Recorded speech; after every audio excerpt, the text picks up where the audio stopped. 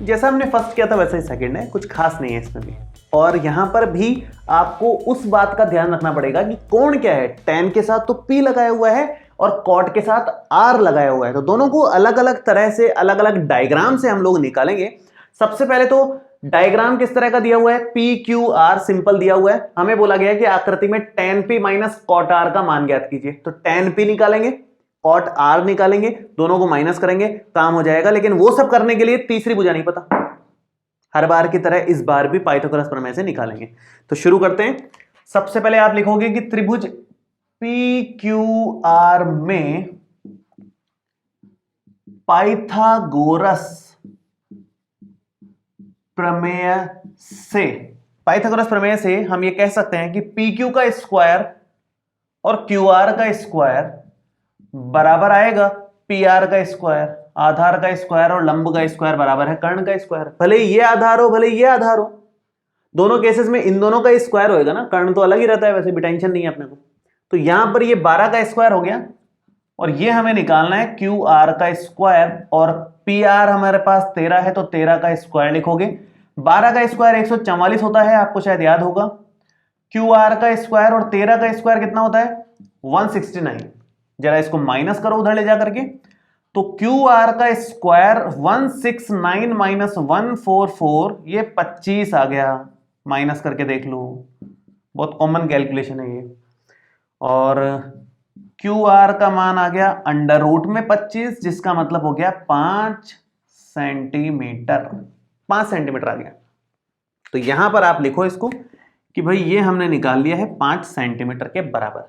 अब बात करेंगे सबसे पहले तो tan P की, उसके बाद बात होगी cot R की। तो tan P की अगर बात कर रहे हैं तो कोण कौन सा यूज लिया है, P। ये बात विशेष ध्यान देने की है, गलती बस यही होती है कि कोण कौन सा है ये ध्यान देने का है, क्योंकि कोण कौन सा है उसकी मदद से आप निकाल पाओगे कि लंब कौन सा है, आधार कौन सा है। कर्ण तो फिक्स है, कर्ण में टेंशन नहीं होती, लंब कौन सा है और आधार कौन सा है वो इस कोण की मदद से निकलेगा। तो P कोण पे फोकस चल रहा है पूरा का पूरा, P कोण के रेस्पेक्ट में बात चल रही है, तो P के जस्ट सामने वाला लंब हो गया, फिक्स है। 90 डिग्री के सामने वाला हमेशा कर्ण हो गया, और जो तीसरा बचा वो अपना आधार हो गया, उसमें कुछ सोचने की बात ही नहीं है। ठीक है, तो ये है तरीका सॉल्व इसको आगे बढ़ाने का। अब आप tan P, tan मैंने उधर मिटा दिया है, पहले लिखा था मैंने फर्स्ट क्वेश्चन में, क्या लिखा था, वही लाल और कक्का। सीक्वेंस क्या होता है, सबसे पहले साइन आता है, उसके बाद कॉस आता है, फिर tan का फॉर्मूला है। तो साइन का L बटे के है, कॉस का A बटे के है, तो tan का क्या है L बटे A, L बटे A लंब बटे आधार। तो यहां पर लिखता हूं मैं tan P होगा लंब बटे आधार। लंब कितना है यहां पर, लंब है 5 और आधार कितना है, आधार है 12, तो 5 बटे 12 हमारा आंसर आ गया। ये tan P का आया। P में और कुछ नहीं निकालना था, P में सिर्फ tan का मान निकालना था। तो अब हमें निकालना है cot R। cot R में R पर फोकस है, कोण बदल दिया तो आप डायग्राम बदल दो, उससे थोड़ा आसान हो जाएगा आपके लिए। तो आप वापस से डायग्राम बनाओ, और यहां पर इस बार ये हमारा फोकस हो गया, ये हमारा P था, ये Q और ये R, ये 90 डिग्री अभी भी है, और 5 सेंटीमीटर तो ये रहेगा ही रहेगा, 13 सेंटीमीटर ये रहेगा ही रहेगा, और 12 सेंटीमीटर ये रहेगा ही रहेगा, इसको चेंज नहीं कर सकते। लेकिन अगर कोण R पे फोकस है, R के रिस्पेक्ट में बात चल रही है, तो R के सामने वाला लंब हो जाएगा, ये हमारे लिए लंब का काम करेगा। 90 डिग्री के सामने वाला तो कर्ण ही है, उसमें तो कोई सोचने की बात ही नहीं है।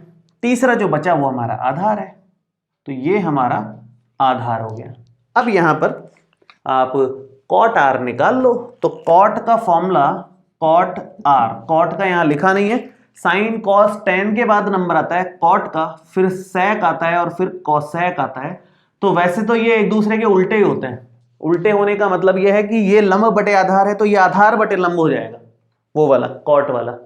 बाकी इस फॉर्मूले में ऐसे चलता है कि ये साइन, ये कॉस, ये tan, फिर यहीं से शुरू होता है cot उल्टा, cot फिर sec फिर cosec, तो cot का आधार बटे लंब, उल्टा ही चलता है, आधार बटे लंब। तो आप यहां फॉर्मूला लिखोगे cot वाला, आधार बटे लंब मैंने ये डिटेल में आपको फर्स्ट लेक्चर में समझाया था, तो वहां से आप देख लें अगर आपको नहीं समझ आ रहा है तो, कि कैसे याद रखने हैं इनके फॉर्मूलेस। ठीक है, आधार बटे लंब, आधार कितना दिख रहा है आपको 5, लंब कितना दिख रहा है 12, 5 बटे 12 कॉट आर का मान आया और 5 बटे 12 ही tan p का मान आया। तो tan p minus cot r का मान पूछा है क्वेश्चन में, tan p minus cot r, ये भी 5 बटे 12 वो भी 5 बटे 12, कट के आंसर हो गया कितना 0। ये हमारा फाइनल आंसर हो गया। इतना सिंपल सा क्वेश्चन था ये। मेन आपको डायग्राम बना करके तीसरी भुजा निकाल लेनी है, फिर उसके बाद देखना है कौन से कोण पे फोकस चल रहा है, जिस कोण पे चल रहा है उसके सामने वाली भुजा लंब हो जाती है। ये एक इंपॉर्टेंट कंक्लूजन है जिसका विशेष ध्यान देना है अपने को।